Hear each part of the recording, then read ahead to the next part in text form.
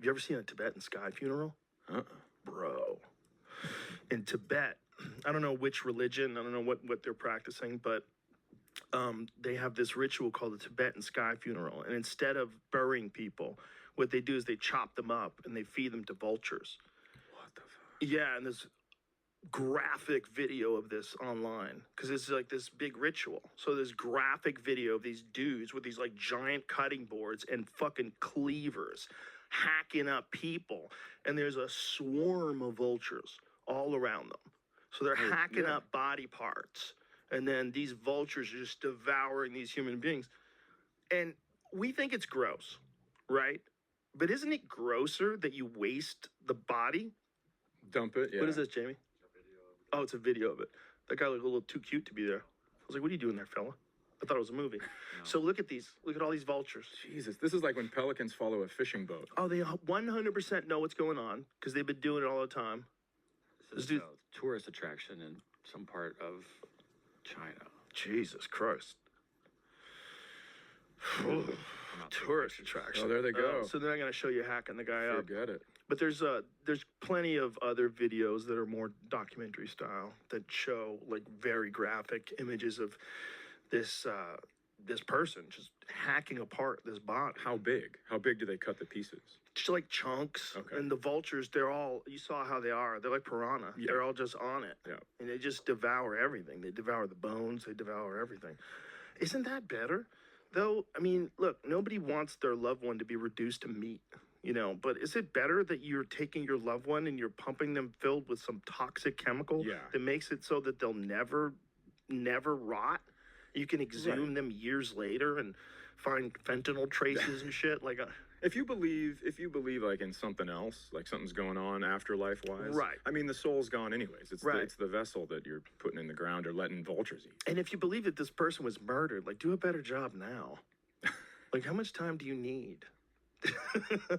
You know, do it and film it and get all your. I guess maybe like that. Remember that HBO show, Autopsy? Did you ever remember that show? There's a great show about this guy, Dr. Michael Baden, and Dr. Michael Baden would always catch like husbands that poisoned their wives secretly, or wives that had poisoned all their husbands, and people that had killed people like in secret, sneaky ways and gotten away with it. And then he gets on the case and he finds it's like really crazy examples. One of them was this one guy, and after his wife had died, I don't even know if it was his wife. It was maybe his girlfriend. But he kept buying cases of perfume, and no one could figure out why this guy was doing this. But he left his wife in the bed and never reported that she was dead, and kept fucking her and put like a mask on her, and then eventually put like some artificial vagina down there. And the perfume, he was pouring perfume on her to mask the decay. And so eventually, finally, they caught him, but they got this images of what used to be his wife with like a mask on the face, and there was clothes on what's left of this body, and then there's this like tube where the vagina is, and this fucking psycho was banging her corpse and like passing out from the smell, and just cases of perfume. This dude was just pouring perfume all over her corpse. I feel like I could solve that crime. You have to be in the room. I mean, you have to be like in the neighborhood or something. You have to. Have you ever smelled a body? When I was a kid, the apartment that we lived in New Jersey, this guy died on one of the floors, and the smell is insane. It's so specific. It's so different. A rotting human body apparently has a very unique odor, and like the coroners and the guys that get called in, like when there's a smell, they know what it is right away. They go, "That's a person." It's different than a dog. Yeah, because I was going to say, mice die in my garage, and I can't go in there for 2 days. Yeah. I mean, it sucks. So a person's got Oh, my God. It was horrible. It's the whole hallway. You couldn't specify, like, where it was coming from. It was like a skunk. You know, it was everywhere. The whole hallway just reeked this, like... It was just like the universe letting you know, get out of there. get out of New Jersey, man. It's giving you this smell. Not just New Jersey, I mean that hallway. Sure. It's giving you the smell of death. It's a very specific smell. Do you know how the guy died? I don't remember. I was a little kid. Oh. I think I was 5 at the time. But I'll never forget that smell. I was like, whoa. Because he was in there for a while. You know, he's some loner. Yeah. And he just fucking one day kicked the bucket. It took a while for anybody to figure it out, and they figured it out because of the smell. And then how long did it take him to get him out of there? I don't remember. I was too little. Oh, man. I don't remember. But it was a very, very specific smell. It was gross.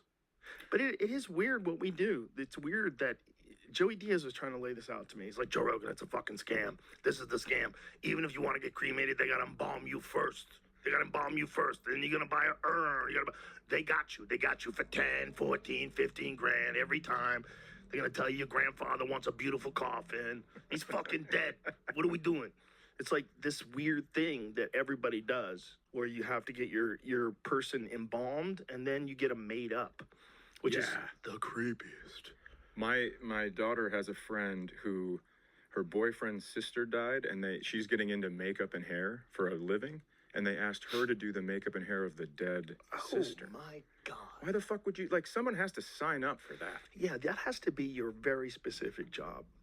That's not regular makeup. Yeah, it's not like you go into, like a Great Clips or something and ask somebody like, hey, my grandpa died. Can you come help? Bro, that might haunt you for the rest of your life, especially if you know There's the no person. way. Absolutely. Oh.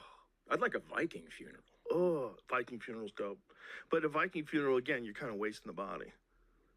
If you just put it in the ground, that's what's supposed to happen. You're supposed to go back to nature. I guess a Viking funeral, eventually, you get back into the system. You're just taking the long road. Yeah. You turn back into carbon again. Yeah. This is going to take so much time. But you're going right into microbes. And essentially, what's inside of you starts eating you first, if I'm not mistaken. I think all the bacteria in your body you start breaking down from that stuff. I think a lot of weird things happen. But then the stuff on the outside figures out you're dead. And then the soil starts devouring you. Going for it. Have you seen the people that get put into trees? Yeah. That's wild. That makes sense.